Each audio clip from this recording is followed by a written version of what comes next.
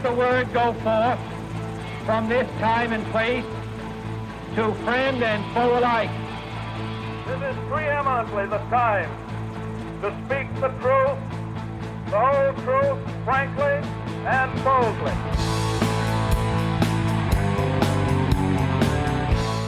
Welcome. Today's guest is Dr. Scott Giltner. Dr. Giltner is a professor of history and the chair of Applied Liberal Arts and Science Division at Culver Stockton College. He received his bachelor's in history from Hiram College before going on to graduate school at the University of Pittsburgh, where he earned his master's and PhD. Since 2005, he has taught at Culver Stockton College, offering courses in American, African American, sport, cultural, comparative, environmental history. He is especially interested in the intersection of race and subsistence, particularly in post-emancipation societies. Dr. Giltner is the author of Hunting and Fishing in the New South, Black Labor and White Leisure After the Civil War, published in 2008 by Johns Hopkins University Press. Today we will discuss black codes, segregation, and the ugly legacy of white supremacy and Jim Crow, which is a very heavy topic today. Welcome, Dr. Giltner. Thank you, Rob. It's good to be here. And thank you for the beer. So that brings us to our tradition, Dr. Giltner. We have a special brew to accompany the conversation. Today we have Zwickel Bavarian-style lager from Urban Chestnut Brewing Company in St. Louis. It's the flagship lager of Urban Chestnut's Reverence series. Zwickel is unfiltered, unpasteurized, German classic that finishes as a smooth-drinking, naturally cloudy beer. Urban Chestnut products are available at Hy-Vee Wine and Spirits in Quincy. Remember to subscribe to the podcast wherever you get your podcast, like the History A Go-Go Facebook page, and leave a comment. You can suggest a future feature beer, and if yours is chosen, you can receive a $10 gift card from Hy-Vee. So subscribe and leave a comment. So back to this topic, Dr. Giltner, which I mean, it's pertinent for today, and it's very heavy. But can you set the stage for the American South at the very end of the war, their economies destroyed based on slavery, the 13th Amendment and the war itself in slavery? But what's it like in the South at the very end of the war? Sure. Well, I think the starting point is probably to recognize that this entire story, whether you're talking about right after the war or the period of Reconstruction and its collapse, even into the Jim Crow era and beyond, that story fundamentally, I like to tell my students to think of it as this sort of endless tug of war between elite Southerners, particularly former slave owners, and then former slaves. And what we're going to see is the central sort of, motif of this story is going to be in the middle of that tug of war, standing sort of as the referee is the federal government. And what are they going to do? Are they going to stay out of it, or are they going to grab the rope and pull one direction or the other? So I tell students to think of this whole era as the federal government, weighing in or not in this big tug of war. And at the beginning of this period, it's really hard to overestimate the chaos and destruction in the South. I mean, the South is flat on its back. Most major cities are destroyed. Their labor supply is instantly gone with the 13th Amendment. An economic historian did a study a number of years ago trying to calculate the economic loss when slaves were emancipated, because back then they were considered physical property. So irrespective of, livestock and barns and all the other property, he estimated that when the slaves were emancipated, it was roughly the equivalent of every car in the United States today disappearing. So this is a massive capital loss. So former slave owners are wondering how they're going to get back what they had. And it's more than just a symbolic blow or a blow to white supremacy. For them, it's an economic blow too. And they're desperate to get it back. Former slaves have been freed, and they are desperate to maintain that. So it begins this, like I said, this tug of war. I don't want to cheapen the time period, but I like to use that tug of war metaphor that goes on for decades and decades afterwards. Well, it's interesting for some freed blacks because some leave, obviously, and that in the chaos of the war, and they leave and they get their freedom that way. Others, they don't know anything else but working on the plantation. And so some of them stay, if I get that right. Yeah, quite a few. Where do you go? For one thing, it's for many, it's no great improvement. You live nearby where you were slaves. In many cases, they go right back to work for the same people that used to own them. And initially under very similar conditions. If you talk to someone in 1866 who's working on a labor contract, on a plantation in Mississippi, they're probably not living much different than they lived in 1864 on the same plantation. Is there an immediate impact of the 13th Amendment? I know that the South is being occupied at the time militarily. And so things that you mentioned, the government has, and it's really the Northern government at the time, the South doesn't really have a government anymore. The Confederacy's been eliminated. Any of the Northern or the Southerners who had been in the Congress or served in the federal government are no longer serving. So the Northern impulse is to, this war has been so destructive, we have to make it worth something. And so we're going to end slavery. So you have the 13th Amendment. But what is the immediate impact? Is there any immediate impact to the 13th Amendment? There is. I mean, legally there is, but on the ground in the South. Yeah, I think so. And that's where the 13th Amendment is stronger in its immediate impact than even, say, the Emancipation Proclamation. The Emancipation Proclamation, when you want to look at it a certain way, didn't really free anybody.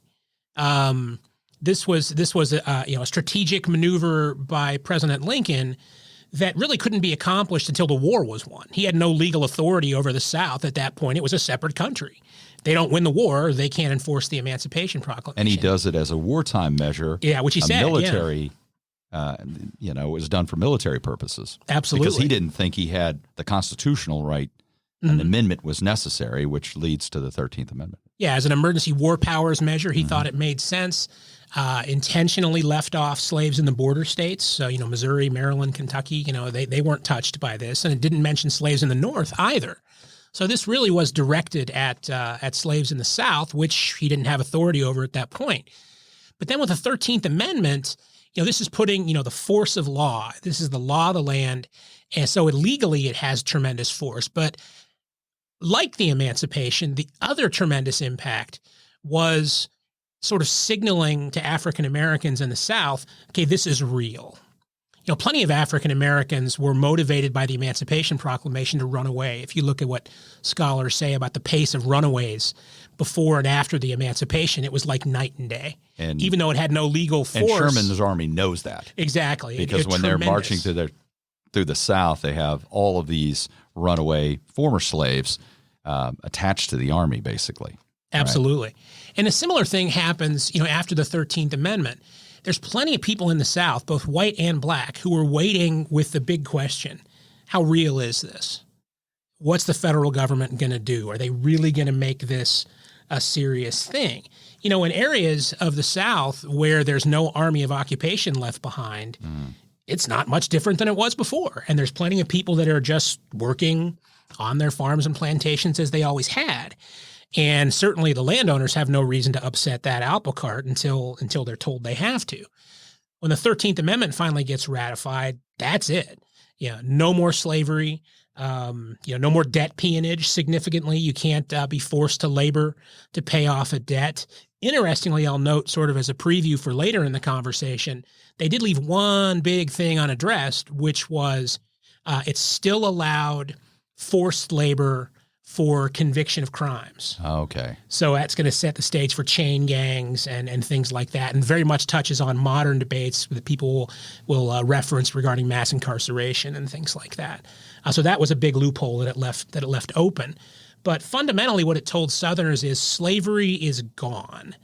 And what it does, at least as I look at it, is it tells Southerners, okay, that door is closed.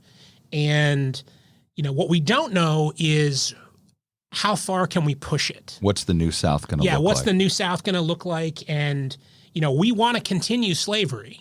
The idea that Southerners were this close to giving up slavery when the war started, that's nonsense. That who knows how long slavery would have lasted. Right. As long as economically viable, it was going to be around. And it was fabulously profitable. And once they realized it was gone, the question then becomes, okay, they won't let us do this anymore. How close can we get without risking greater federal incursion? So that's always the way I looked at it. I always felt if they can't have the old South and slavery, they want the closest thing to it. Absolutely. And it's sort of, again, that tug of war metaphor, right? Like Southern landowners, former slave owners, okay, we can pull in our direction, but we can't just try to fully implement slavery again because the federal government's going to step in. So there's a limit to how far we can pull. And now on the other side, for African Americans, the 13th Amendment tells them, okay, this is real, you're free, and now we got to figure out what's next. So that's kind of what it does. As long as the government's there, in terms of an occupation army, really, during Reconstruction, then they do have some method to get redress or deal with their grievances. But then after that, that's all gone, and they don't have anybody to really turn to. Yeah, and that's. I'm sorry. Go ahead. No, and I was wondering about just the philosophy behind it, and I know that the idea of white supremacy isn't new. It's not even new to the American South. But how does that impact the South? And then eventually how they change the rules. Just the philosophy of white supremacy. Well, I mean, it goes, way back. Obviously slavery, goes back to, 1619. And that's just American slavery. And that's just American slavery. Yeah, this is American Atlantic slavery. But as slavery kind of deepens in the American South, especially as you get into the antebellum period, it's no longer just a question of, economics. We need labor. We got to export these staple products, especially cotton, undergirded by this sort of vague sense of white supremacy. We believe that people of white European ancestry are superior to people from Africa, and that's enough. As the South really expanded the slave empire in the decades prior to the war, the institution started to come under fire, and Europe was abolishing slavery in different countries, and they were sort of becoming an island. There weren't that many slave countries, left. So Southerners began to feel compelled to develop a lot of arguments for why slavery mattered and why it was good. So they had the economic argument, they had, the social argument that you look what free labor and immigration is going to do to the North, and the South is going to remain pure and viable. And then also, of course, the religious aspect of it comes into play as well. The idea that God has justified slavery in the Bible. If you look at the myth of Canaan and the curse of Ham, with Noah, that it's justified, that slavery goes back as far as the Bible. So they try to expand the justification as slavery itself as an institution expands. And by the time we get to 1860, there's, millions of slaves and lots of well-established, in their minds, justifications for keeping it. And then it's all gone.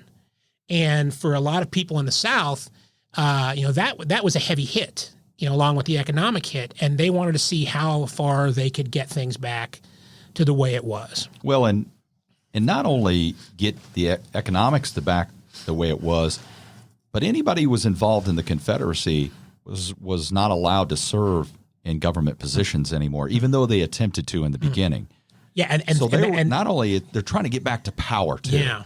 So it's not only regain that economic flow of labor, which they had lost, and the economic impact, but the political power is important as well. And they can't do it officially, so they have to figure out these unofficial ways to gain or to maintain influence and power. Yeah, and you hit upon a great point there. They're going to try at first to see how far they can push it.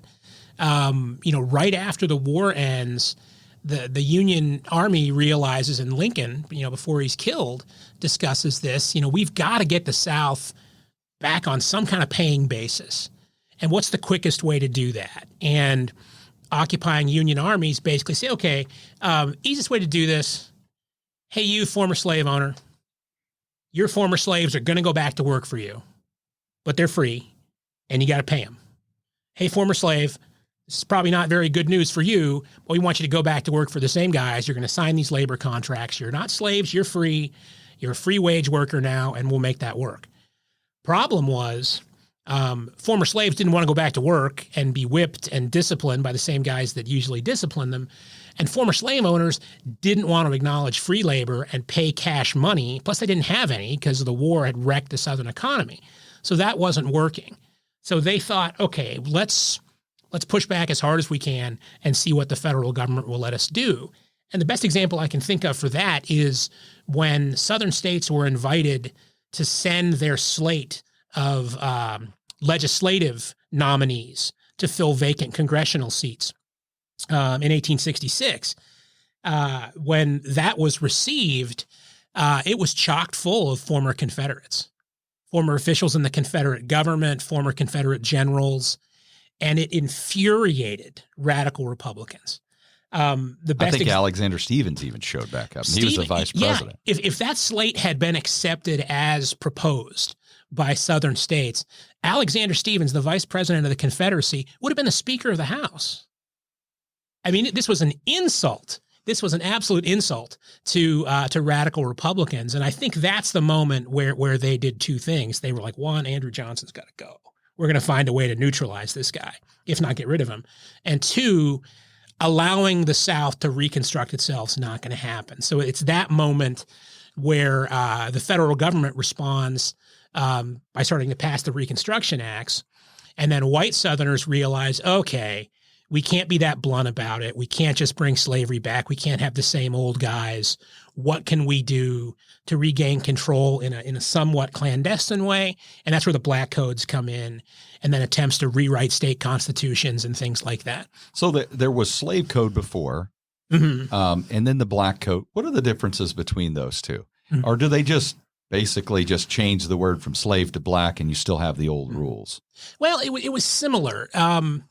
They didn't, specify, for example, the slave codes in a lot of states, they had, minimum requirements for how much you have to provide in terms of food for former slaves or slaves. And slaves can't have weapons. And if you allow a slave to hunt, you have to purchase a bond from the state to guarantee their good behavior. Here's what you can and can't do in terms of leasing slaves to other people. There's a whole set of laws governing that. The Black Codes weren't so much, kind of guidelines governing labor relations. They were much more overtly just here are rules for former slaves. Social rules? Yeah, social rules for former. It's really a precursor to the whole Jim Crow period. Right. And they were pretty overt about it. Probably the most infamous example is the apprentice system that shows up under the Black Codes. Basically says, okay, if you're working for a white landowner, you must sign an agreement to go to work. And if you find yourself in debt to them and you can't pay that debt off, then your children have to work for them as apprentices. An apprentice was a stand-in for slaves. There were provisions in the Black Codes for corporal punishment for recalcitrant workers. So it looked an awful lot like slavery. Angered radical Republicans in the North immensely, and I think is a big part of the reason why initially when Reconstruction happens, at first the Reconstruction Acts are passed, the Northern public is behind it. We're really close to the end of the war. People are waving the bloody shirt, right? Well, all these people died. Let's give meaning to the war by reconstructing the South. And the public in the North is like, yes, that sounds great. But also there's a lot of support for civil rights. The thinking is, okay, people in the South are trying to reinstitute slavery, and what did we fight for if we're not going to keep that from happening? So there's big support for the Reconstruction Acts when they're first passed. When the South is divided up into military districts and martial law is imposed, particularly after Johnson is neutralized when they try to impeach him, there's a lot of support for it at first. But of course, like a VH1 Behind the Music special, right? Eventually it all comes crashing down. Well, it just becomes too painful to maintain. And in the beginning, you're right, there has to be some consequence to the war. and some positive outcome. It's too painful to not have something like that. But as you approach into the 1870s, now you've kept the Army down there a long time. It's costly. It's causing a lot of problems. And so it's just so painful that, most people lose interest in it. Is that accurate? I think so. It's one of those time periods. I look at Reconstruction as one of the great tragedies in American history, and not the same way that you'll hear a lot of Southerners talk about it today as a great tragedy.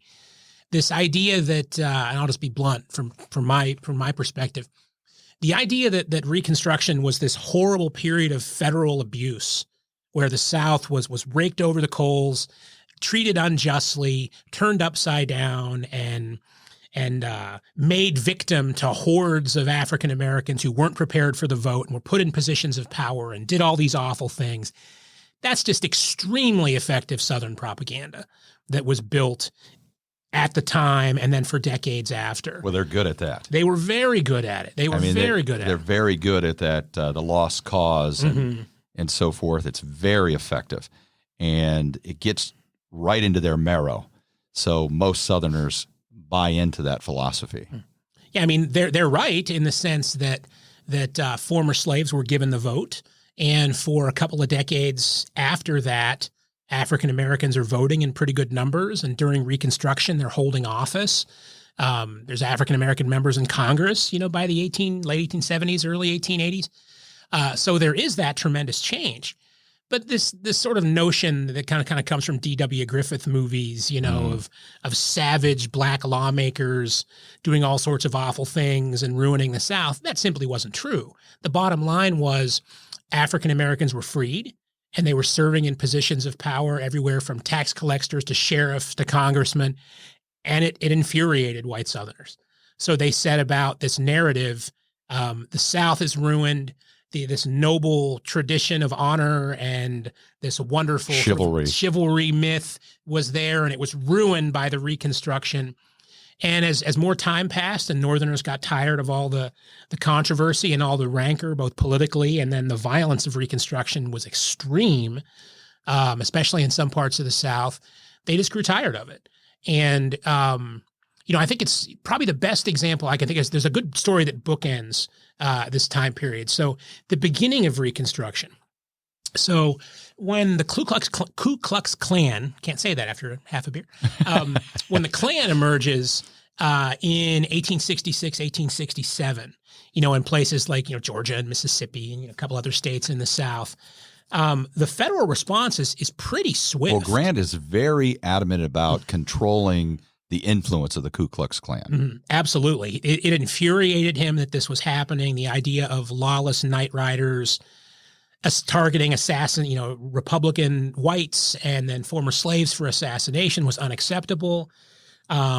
They pushed through Congress the enforcement acts, or what they call the KKK acts, and they went after him. They treated him like a paramilitary organization. I think of it as America's first war on terror.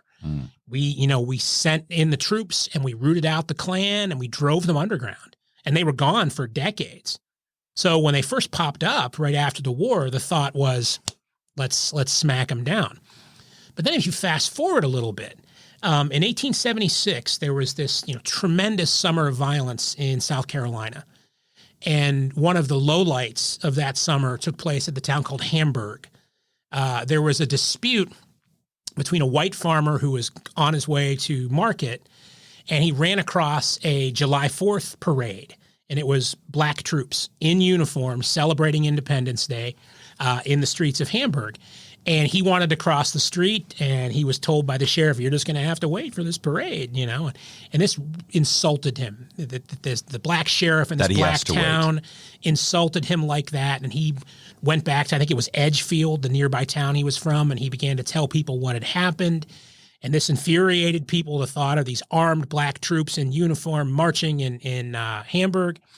So later that night, a drunken mob of angry whites who had liberated some some artillery from a nearby armory. They descended on this town and began dragging people out of their homes, beating and executing people. And I want to say somewhere in the neighborhood of a dozen people were rounded up and killed that night.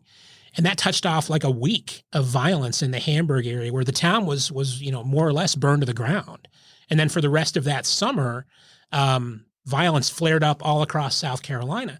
And when Republicans in South Carolina contacted President Grant and said, hey, look at what's happening. There's this extraordinary violence and chaos, and we need federal troops down here again. This is getting out of hand. Grant's response was, well, it's really a state issue. I don't really have the authority to send in troops to deal with that. And local Republicans were like, what are you talking about? That's all we've been doing since the end of the war, is dealing with these problems through federal troops. So they had curtailed federal troops so significantly by that point. And it was unpopular. The idea of another federal troop incursion into the South, I don't think Grant thought it was politically worth it. So we have early in Reconstruction a lot of support for federal intervention. And then by the end of it in 1876, 1877, it goes away. It's also worth mentioning to kind of set up the rest of the conversation. This is also the emergence of a really interesting figure in Southern race politics, Pitchfork Ben Tillman. He eventually goes on to become senator from South Carolina for many years. He serves a term as governor of South Carolina, and he becomes nationally prominent because of this Hamburg massacre. And when he runs for public office, he unabashedly says, hey, the massacre, I was there. I was one of the main guys. And he runs essentially on, this is what I'm going to do. I am going to keep people of color in line. He probably didn't say it that way, but I'm going to keep them in line, and you should vote for me because I am going to put white people where they belong, which is up top. That's a perfect segue into the end of Reconstruction and the beginning of what we call Jim Crow. Could you just describe, where's that term come from? Because a lot of people hear it, but it does have, there's a point in, I think, the 1830s where Jim Crow, I think, was a minstrel character. Could you explain that a little bit? Sure. Well, Jim Crow, like you said, was a character. There was a renowned minstrel performer who, I can't think of his real first name, but his nickname was Daddy. Daddy Rice was his name. And he was a white performer. And he thought it would speak to American and even European audiences if he developed this character that wore rags and put on charcoal on his face and sang slave songs and performed essentially slapstick and blackface. Blackface in the character of what they would recognize as a stereotypical slave. So he spoke in a broken dialect, and he played dumb and sort of engaged in wacky hijinks, and it became an incredibly famous character. And really, before this time period, the idea of a minstrel, you're a traveling performer, didn't have a racial connotation. But in America, the idea of a minstrel in this time period gets codified as someone who's performing as a black person. And it becomes hugely popular. The interesting question is, how we go from a minstrel character lending its name to a system, of racial separation. And I think it probably has to do with the fact that because the Jim Crow character was all about what whites thought of as stereotypical black behavior, laws that were designed to arrest that behavior came to be known as Jim Crow laws. So I think that's where that came from. And it wasn't only popular in the United States, it was popular, I believe, in Great Britain as well. Yeah, he traveled overseas and performed this. The British always had this thing. They liked these characters. They didn't all, in this case, it's a black character, but they liked these raw country type of American characters. Like our American Cousin is kind of based off of that too. So that wasn't uncommon in Great Britain for that to be popular. Yeah, it's interesting. There was, even though England kind of hopped on the abolition bandwagon much earlier than the United States and became an avowed, opponent of the transatlantic slave trade, and used to, they would scoff at us for continuing to have slavery. For England and other European countries, and I guess the North as well, there were people for whom slavery was a real curiosity. That was what the South was in their mind. And I think certainly for Northerners who wanted a sense of what the South was, the Jim Crow character kind of fit the bill. And then in the decades after the war, when the blackface minstrel character becomes even more popular and across the entire United States, I think a lot of people saw it as this sort of romantic vestige of this now gone slavery system. So it really spoke. Which the South had always been pushing. Exactly. And it really helped kind of solidify a certain image, of what African-American life in the South was about. Happy, contented, dim-witted, entertaining people of color. So these rules, after Reconstruction, obviously we'd spoken about the slave code and then the black code. But when we talk about Jim Crow, where does it start? Where do the rules start? And then how does it expand over time? Like some of the specific rules that they put in place in the South. Well, it's sort of a thing where it starts sort of kind of amorphously in different parts of the South. So local, like even county rules. It starts locally. There's this notion that, okay, we've achieved independence, what they called redemption, right? The end of Reconstruction, we were redeemed. It's a religious moment for a lot of Southerners. The federal government's gone. And the message is that they took from this anyway was, okay, you can pretty much do whatever you want. And we will keep out of this tug of war between former slaves and former masters as long as you don't pull too far. If you don't run afoul of the 13th Amendment, you're good. So if you don't, explicitly go after black citizenship, then you can do whatever you want. So black citizenship with the 13th Amendment is, the 14th Amendment gives black citizenship, but you can't touch that, but anything else goes. Yeah. So you can restrict their behavior, voting marriage, rights, their jobs, pretty much everything else. And I'm just kind of interested to know, how does it eventually become the 1950s where we see all the signs and so forth? Was that in the beginning, or does that just develop slowly over time? More rules, more segregation. Am I right about that? Well, it took some time, but the basic idea was, I almost imagine people sitting around talking about the political state of things in the South from that white supremacist viewpoint, and they're thinking, okay, we've got the federal government off our backs. We know our parameters. We can't reimpose slavery, but we can push it pretty far. So let's systematically drive black office holders out of office. And that was one of the first things So politics they did. is first. Politics Get are them out of first. power. Get them out of power. The black leaders out of power. Yeah, there's virtually nobody. There's no black office holders by the turn of the century for the most part. There's a great anecdote. It's a horrible anecdote, but it's a telling anecdote. It's going a little bit out of the time period, but when Calvin Coolidge was elected president, I couldn't tell you what year that was, but when Calvin Coolidge was elected president, when the so he takes over in 1823 when Harding dies, serves out that term because he was vice president. 1924. Okay, 24. Yeah. So when the 24 election happens in South Carolina. Why do I know that? That's great, you do. Calvin Coolidge. When they counted the votes, they found that there were 2,000 black people in South Carolina that voted for the Republican candidate. And a reporter asked one of the election officials, like, how did this happen? And he told the reporter, I am astonished to find out that these 2,000 black votes were cast, and I'm even more astonished that we counted them. Wow. Like, they were shocked. They're like, I can't believe we actually did this. So, driving black office holders, out of office, really through systematically taking away the right to vote.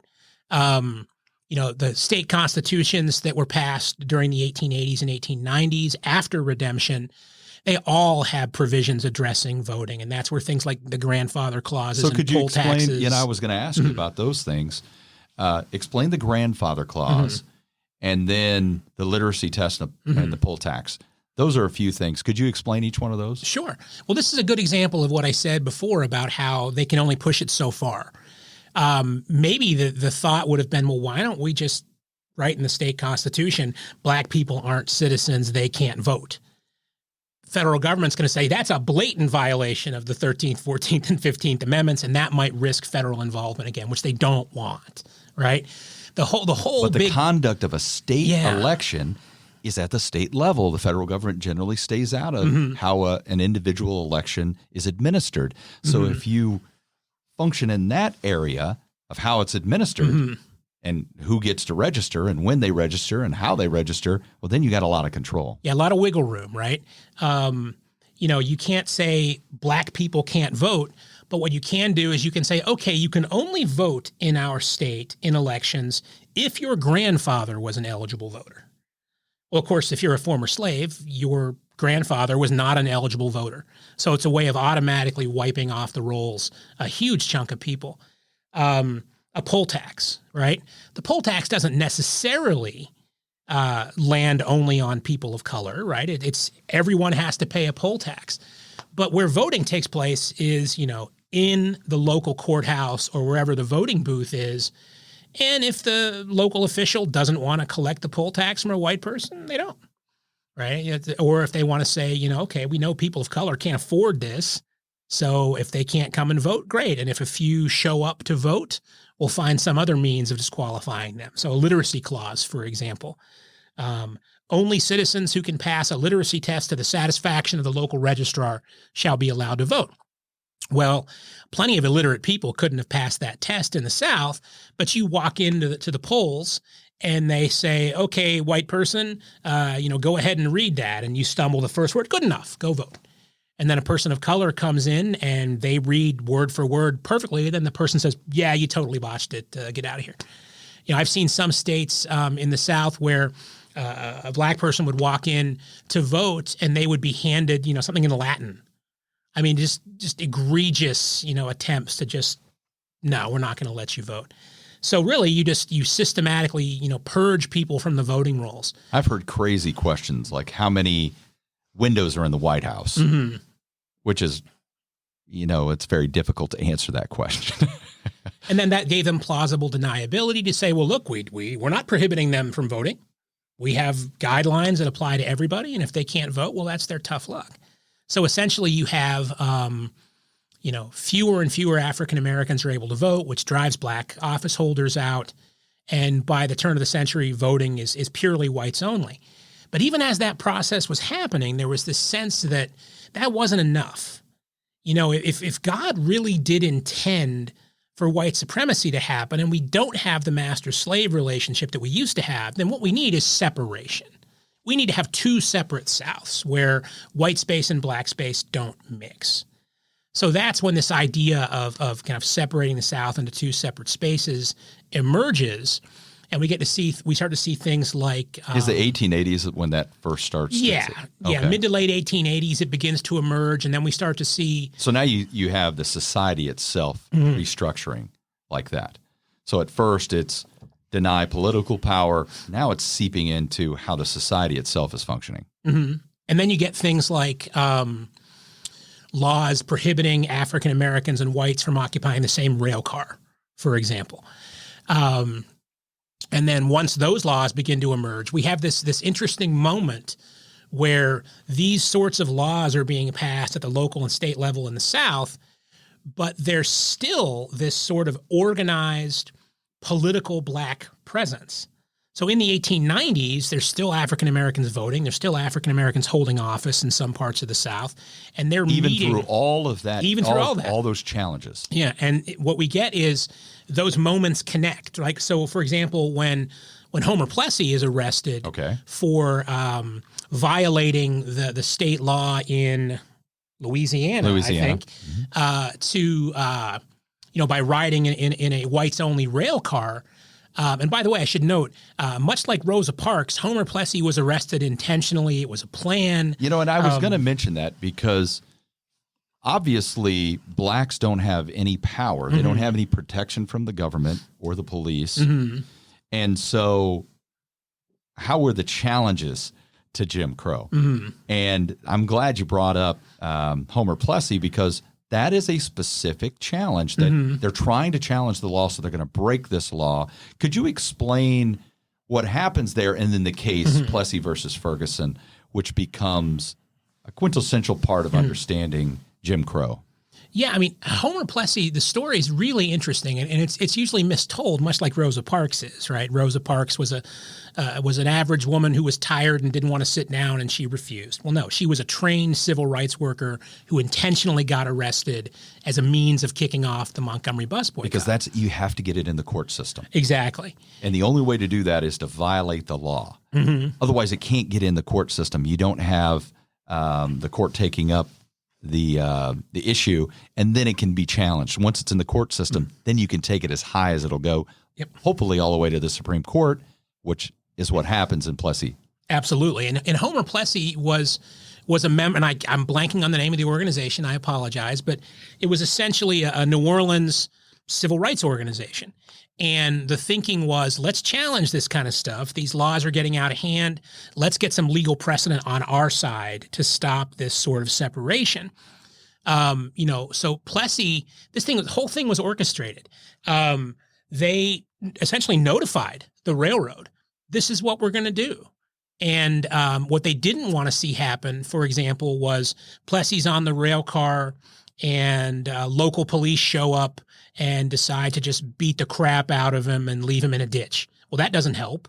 Or local police come across him, and instead of arresting him for violating the rail car law, they arrest him for disturbing the peace. Well, that doesn't help their cause either. So they actually arranged private security to meet Plessy at the station when he arrived and deliver him to the local police. So he would be charged with specifically violating that state law about mixed race rail cars. So this case winds up going all the way to the Supreme Court. And one of the great ironies is they were really hoping this was going to be a way of staving off this emerging tide of social separation. And in fact, what it does is it winds up laying the groundwork for 70 years of legal protection. It justifies Jim Crow for the next. Exactly. That's in 1896 or 97, and all the way to 1954 with Brown versus the Board of Education. Yeah, so 60 years. Yeah, 60 years of justification. So essentially we have the impulse to create a new era of white supremacy in the South by first getting rid of black voting and black office holding. Then you throw the social separation of Jim Crow on top of that. And the interesting thing, I always tell my students this, that essentially is what creates, like you mentioned, the images of the 1950s and that era of, the colored only water fountains and, separate water, separate movie theaters and things like that. But that's really not the insidious part of Jim Crow. That's just the in your face part. Yeah, that's the in your face part. That's in some cases that's like the kinder, gentler part of Jim Crow. The real question is, what are Southerners willing to do to defend that? When the Plessy decision came down, the dissent was written by Justice John Marshall Harlan, and he argued in the defense that this decision will eventually visit aggressions, more or less brutal, on the admitted rights of colored citizens. And he was right. This notion that, we can't have slaves anymore, so we're going to seize political control. Moreover, we're going to separate the South into white and black, and that separation is ordained by God, and therefore we have to defend it at all costs. And then we'll throw in some gender politics as well, with the idea that, men of color are insatiable for white women, and therefore we have to defend them with massive violence. That kind of sets this idea in the minds of white Southerners that anything that can be done to defend this system is worth it. It's all justified. Yeah, it's all justified. And I think about murder. Yeah, even murder. It's all justified. There was a murder on a rail car. I want to say it was somewhere in Tennessee, but I read about a murder on a rail car in the late 1890s, and an argument between a black rider and a white rider. The white rider pulled out a knife and just killed these two men on this rail car. And when he was brought before a judge, he was asked during the arraignment, why did you kill these two men? And the guy's answer was, black life is cheap now. Basically, the idea is, well, they're not slaves anymore. They have no monetary value to us. Who cares?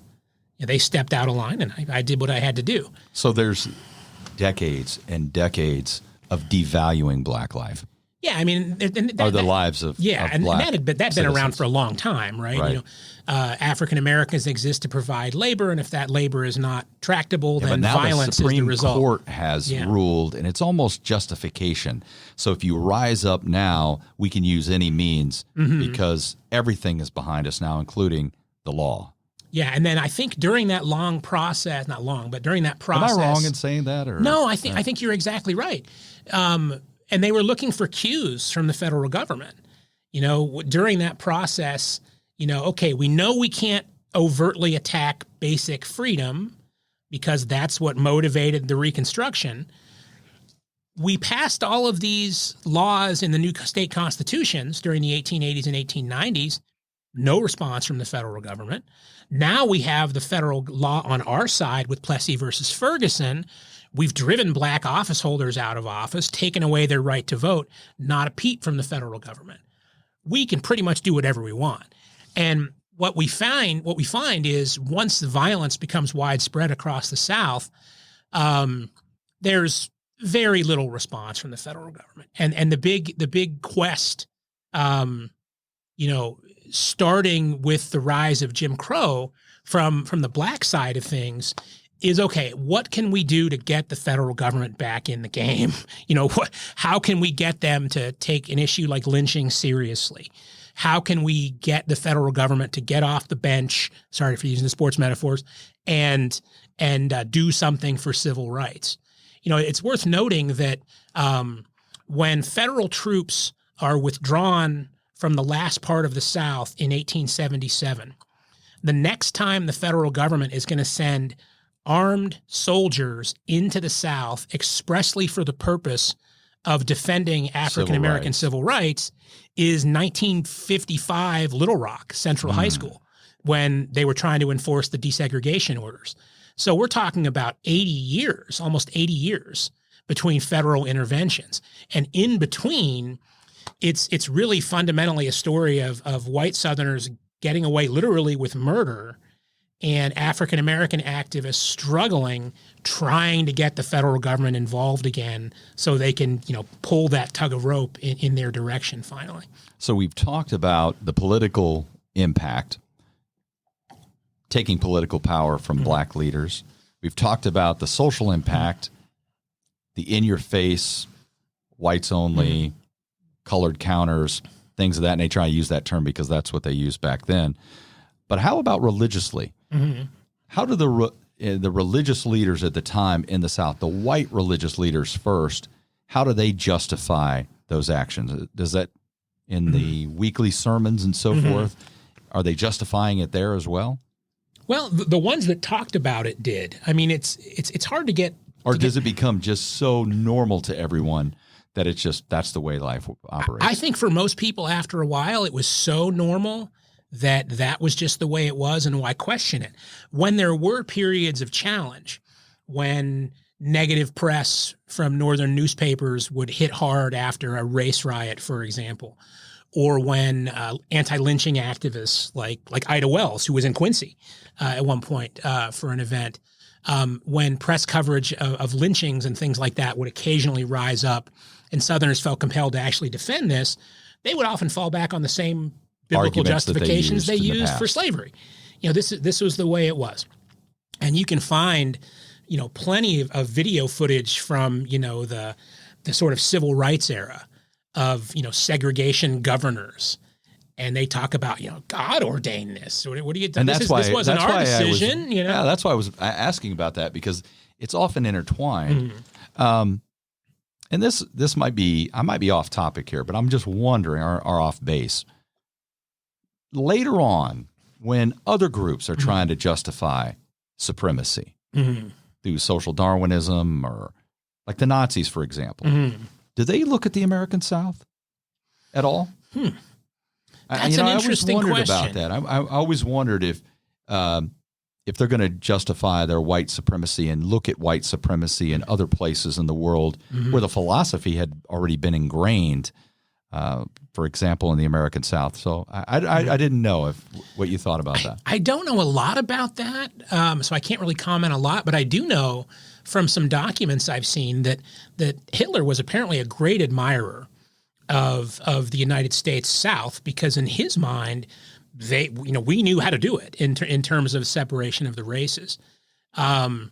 He had an appreciation for the United States, which he saw as way ahead in terms of the racial situation of, say, England and France. He would write about, the mongrelization of Europe and how England and France were contributing to that process as opposed to stopping it. Whereas the United States, especially the South, they knew what they're doing. Because of segregation. Yeah. So Hitler definitely pointed to that. I also know that when the earliest stirrings against apartheid in South Africa were happening, it was in the 60s. And there were people in South Africa that would point to the American South and say, we're just doing what you guys are doing. Right. We just recognize this separation is necessary. And we're not necessarily looking to hurt anyone or take anyone's rights away, but we should be separate. So they were always trying to put a good face on it. And that was a constant refrain that you heard during the civil rights era, right? There really is no massive racial problem in the South. It's only the outside agitators that come in. It's the Which media. is what they say in the South completely. Yeah, exactly. That's their line constantly. It's the northern agitators that come in. Our African-American residents are perfectly happy because, look, I'll go ask them, and they'll say, oh, yeah, we're great, right? So they were always trying to kind of toe that company line. But the reality is the violence of this period is incredible. It's violence. 4,800 and some change documented lynchings. And that number is almost certainly way higher. I mean, if you think of a lynching as just an extra legal murder, how many of those murders took place, nobody knew about it, away from prying eyes? It just happened in the middle of nowhere. And that doesn't even count the beatings. Yeah, the beatings, the casual violence. The casual violence. And what always fascinates me about that time period is the strange mix of Jim Crow laws, right? Whites and blacks can't occupy the same lunch counter. It's a city ordinance. You break it, you get arrested. It's a law. A city council passed it. It's formal. But then there's also this entire universe of informal rules that are never written down.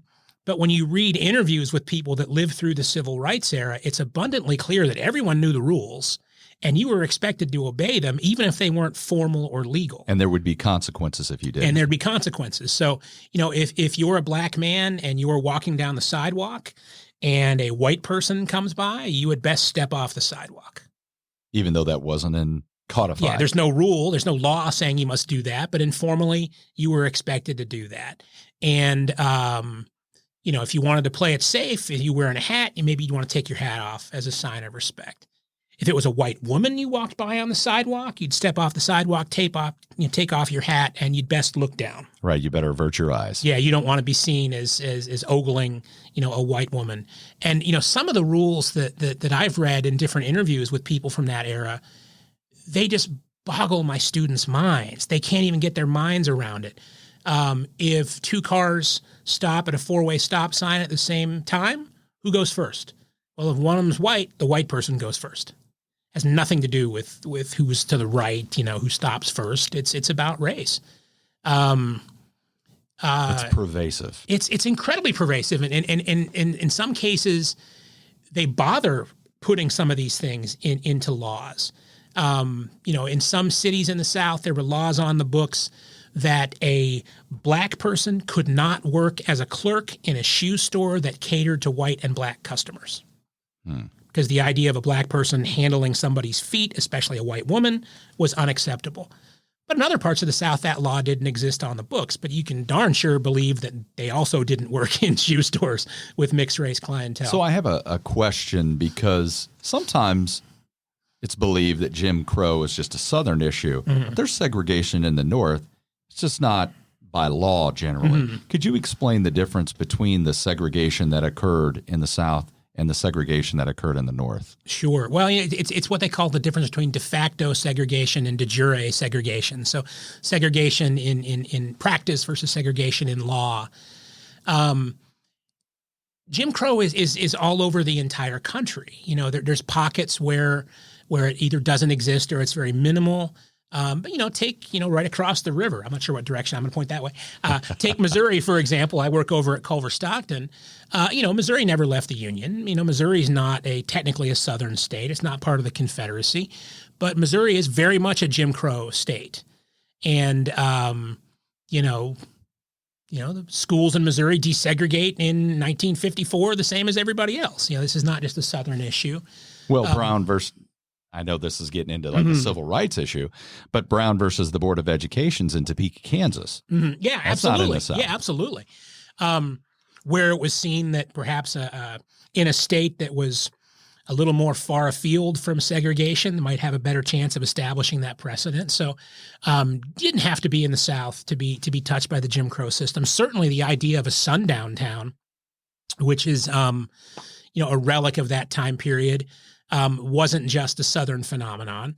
And if you're the idea of a sundown town, basically the message was sent in some cases informally, in some cases through great big signs posted in the town. If you're a black person, do not let the sun set on you in this town. Get out of here. This town is not for you. Go back to where you belong. And if you are still here, you can expect some violence. And there's sundown towns all over the United States, in the Midwest, in the West. The interesting thing is some of the Jim Crow segregation and these sundown towns and the violence, it hits different groups of people in different parts of the country. You're not going to see a lot of violence and Jim Crow laws kind of weighing on African Americans in Wyoming, but you're going to see those things do some damage to Native American populations. Mm-hmm. Jim Crow laws tend to hit heavily on Asian Americans and Latino Americans in the Western United States. So there's this idea of Jim Crow. It's not necessarily applied to African Americans everywhere, but it exists almost everywhere. And in some cases, I would argue it kind of inspires people in some parts of the states. Hey, we want to deal with what we consider to be an Asian immigrant problem. We should treat them the way that the South treats African Americans. So it really becomes this sort of foundational thing for anyone who's trying to exclude somebody else and establish supremacy. So that legacy, I mean, I always looked at it. I'm gonna kind of make a connection here, and you can correct me if I'm wrong. But in terms of the Cold War, mm-hmm. it makes the idea that American democracy isn't all what it's cracked up to be. Because mm-hmm. you can look at the American South, you can look at that type of repression. And so there isn't really a true democracy. Mm-hmm. And trying to spread democracy to the planet when our democracy is so flawed. Am I off base there, or is there an element to that individuals thought we have to cure this problem mm-hmm. for the health of democracy itself? Sure. I think it depended on your perspective. Very early on in the struggle against Jim Crow, organizations like the NAACP, activists like W.E.B. Du Bois, and the black press in various cities across the United States, they decided that one of their best rhetorical strategies was going to be to call attention repeatedly to the gap between stated American ideals and what's happening on the ground in the South for the most part. Because they're incongruent. Yeah, they don't make sense. So making America safe, or making the world safe for democracy during World War I, and then black soldiers in uniform being lynched in the South, those things don't go together. Which happened. Yeah, which happened. Happened after World War II as well. Calling in attention. Uniform. Yeah, in uniform. Yeah, calling attention to that. Jackie Robinson got into an altercation with a white bus driver when he was still in the service as Lieutenant Jackie Robinson, and was court-martialed until it was eventually decided that the case had no merits, and he was let off. And that court-martial was one of the reasons why Branch Rickey thought he'd be a good fit to challenge the color line in baseball. So we have this long tradition of African-American activists trying to call attention to that, right? If you want to make the world safe for democracy, let's end Jim Crow at home. If you want to defeat fascism and you want to defeat Hitler's ideology, let's get rid of Jim Crow at home, right? The double V campaign. Right. Victory at home over Jim Crow, victory abroad over fascism. So it really built up a tremendous amount of momentum. But then we hit the Cold War. And pro-segregationists almost immediately become among the most intensely anti-communist, pro-America, let's take it to the Russians, people in the United States. And the message becomes kind of shockingly easy to pivot for Southern segregationists. Hey, protester, hey, civil rights advocate, what do you have against America that you're trying to protest her and criticize her and weaken us during this moment of Cold War when we have our enemy at our throats, and you're trying to show that there's some fundamental flaw in American democracy? And they really use that to push back. And I think the Cold War, it really slowed down the pace of acceptance for civil rights. So instead of speeding it up in the sense that it's bad for our foreign policy, socially, you think it actually made it worse because of that dynamic. At first, I think at first it did, but over time, that became, it always was a useful rhetorical device for people that were willing to listen. Useful now, right? Yeah, it's useful now. Exactly. I mean, there's no question. They say, well, you don't love America. Mm-hmm. Now, a protester would say, I'm out here because I love America, but that is a device that they used during that time period, during the civil rights movement, and you hear it even today. Yeah, I mean, people are protesting. Southerners say, hey, wait a minute, the race relations were determined by God, and America's a godly country. Are you anti-religion? Are you anti-Christian? You're trying to criticize American democracy. You a communist? What are you doing? The interesting thing is, once the civil rights movement begins to pick up some steam, especially with Dr. King's nonviolent direct action philosophy, interesting thing starts to happen. The violence that was sort of hidden earlier in the Jim Crow era, lynching was well known. Nobody was pretending lynching didn't happen, but you could ignore it. It was kind of out of sight, out of mind. It was happening in the South. It was this peculiar thing. But by the time we get to the 60s, the violence is in the streets, and it's being done by white supremacists against relatively peaceful marchers for the most part. And sure, the old rhetoric was there. These guys want to destroy America. They're communists. But it looked visually like the other direction for Americans watching on TV. And moreover, we started to see the United States come under very heavy criticism from international newspapers, including Russian newspapers, for how they were dealing with the civil rights issue. I can definitely see them using it. So they use it as propaganda against us. And that was, part of the reason why we started to see a sympathetic federal response, starting, really with a little bit with Truman, but, really with Eisenhower and then eventually Kennedy and Johnson. Look, we don't want to be painted as opponents of democracy. We're the supporters of democracy.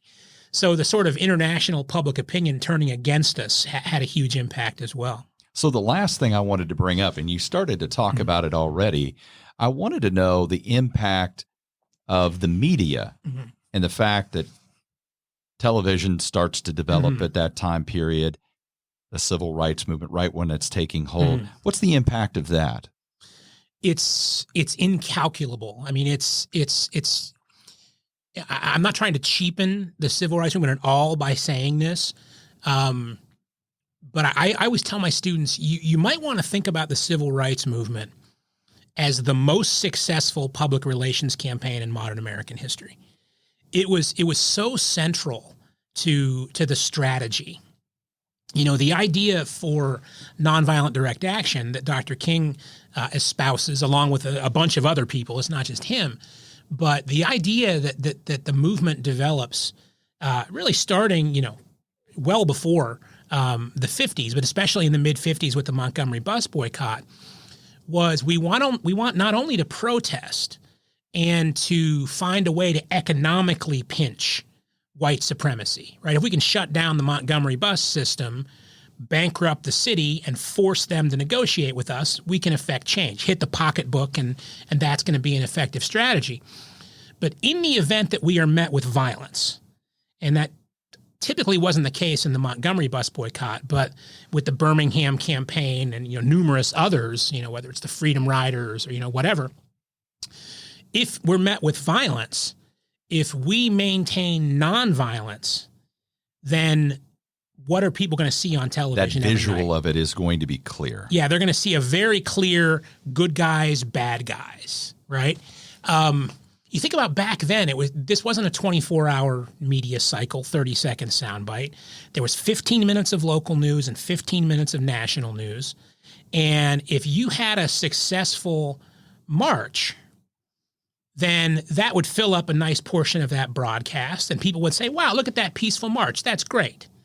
That's really effective. And it really helped, kind of turn the opinion of a lot of white moderates who weren't sure what to make of all this, right?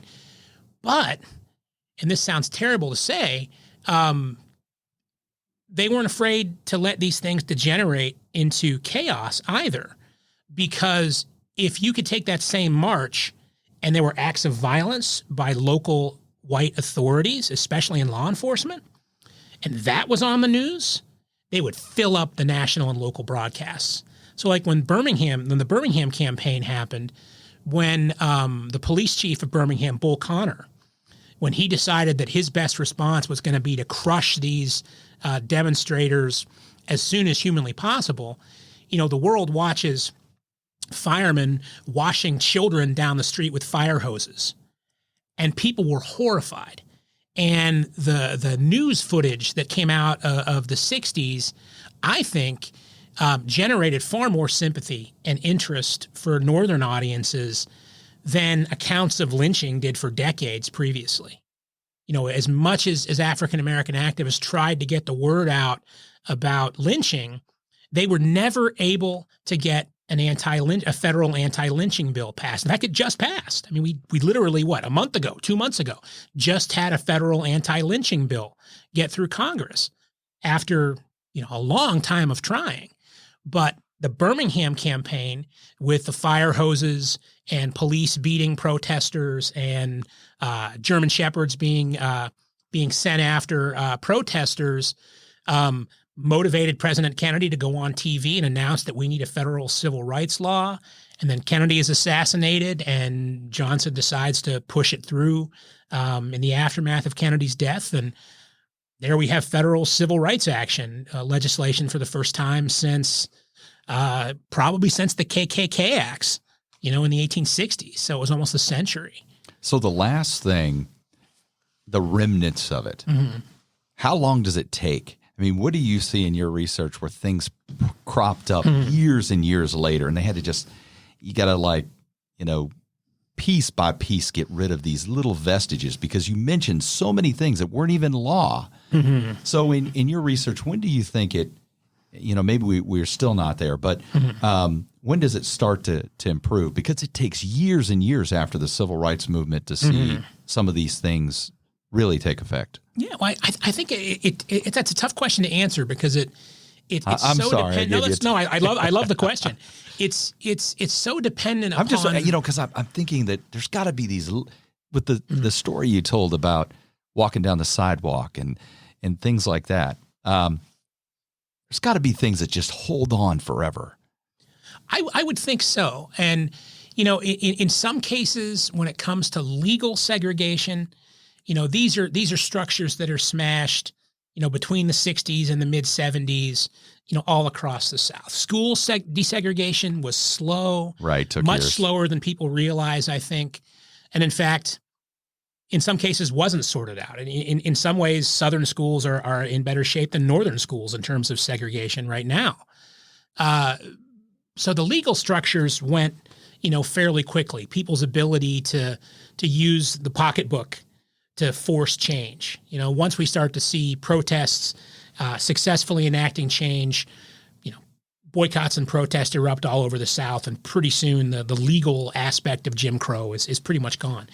But the sort of hidden stuff, Right. the social customs, And the the reason violence, even that takes a while. There's a reason the federal government doesn't stop tracking lynchings, until the 70s. That kind of violence continues. because people say that was a long time ago, even the 50s or 60s, because that's the imagery of the civil rights movement. But the reality is it wasn't that long ago, and remnants of it maybe are still around today. So I guess my final question is Jim Crow still around today, or is it just something from the history books? That's an interesting question. For me, what I tell students is the essential definition of Jim Crow. Don't leave it with just laws or customs that serve to separate social space into white and black, because that's not the essential story. It's laws and customs that exist to enforce that separation between white and black, reinforced by phenomenal violence. And the phenomenal violence, for the most part, has gone away. It's not gone. The sort of violence that you see from time to time that still happens, I would consider that to be, a vestige of Jim Crow. The people that say that hate crimes don't happen, that lynching doesn't happen anymore, there's isolated cases. There was a young man dragged to death behind a pickup truck in Texas. I remember that, right? Not too long ago. So this stuff still happens. But for the most part, it's going away. So I'm going to give a qualified, I think Jim Crow, the structure is gone, that basic definition. Enforced separation of white and black, enforced by law, custom, and violence. I'd say that's gone, but we have vestiges of Jim Crow that are still with us. And at the risk of being controversial for anyone who's still listening, say, for example, statues and the Confederate flag, right? And this is where people sort of, things get controversial. Someone's going to say, well, wait a minute, Confederate flag, that doesn't mean anything to me remotely related to racial politics. That's not what it means to me. It's what the Dukes of Hazzard had on their car, that it's not about race. But what you have to do is go back and look at the history of the symbol and what it means. And how it was used by different groups like the KKK. Yep. It was used as a symbol of white supremacy. Exactly. And in some cases, intentionally so. Intentionally. The Confederate flag was really not very frequently used as a public symbol in the South until we get to the turn of the century. And so it's not until... I always think of the 20s. That's kind of the peak. Yeah, when Jim Crow really hits its stride in the United States in the early 20th century, that's when the Confederate flag starts to appear as a symbol. And that's when the KKK is its largest in history. And you see these people walking down the street in KKK uniform just normally. Like they weren't hiding it at all at that point. And the message there was very clear. This flag is a symbol, and certainly it was a symbol of the brave soldiers who fought in the war, and it was a symbol of rebellion and things like that. But undeniably, it was also very publicly celebrated as a symbol of white supremacy from an era when white supremacy was done right? The antebellum period when slavery existed and whites were on top and chivalry existed and men were men, and so there's that golden age sensibility that comes with the Confederate flag. And by the same token, with flags of Confederate figures, there's no attempt to put up a tremendous number of statues of Robert E. Lee and Jefferson Davis and Stonewall Jackson, immediately after the Civil War. It didn't happen. It didn't happen. It didn't happen. It wouldn't have been allowed. No, it wouldn't have been allowed. And there is this celebration that comes with the lost cause mythology, the tireless and incredibly effective work of the Daughters of the Confederacy to try and sell this romantic vision of the lost cause. And by the time we get to the early 20th century, because the reality is the vast majority of these statues were placed between the 1890s and the 1930s, which coincides with the absolute low point of Jim Crow segregation in the United States. So these statues were very well understood to be markers of the way things used to be and the way we would like them to continue to be. While I'm on my soapbox, for people who would say, I'm not comfortable with the idea of re-examining these statues and should they have a place in society, because after all, these statues are history. Statues are not history. They were not erected to teach history. They were erected to change history. The thing I hear so often, and I see it so often on social media, is you can't tear that statue down. You're trying to erase history. You're trying to change history, and history can't be changed. And I would say, oh, yes, history can be changed. It was changed by white supremacists in the South who put these statues up to celebrate a version of the Confederacy and American social relationships that never, in fact, existed. And it was done for the exact reason that our conversation today. Absolutely. It was designed to replace the ugly nastiness of that time period and put this veneer of romantic, glorified heroes on horseback and to proffer their own version of the history of that time period.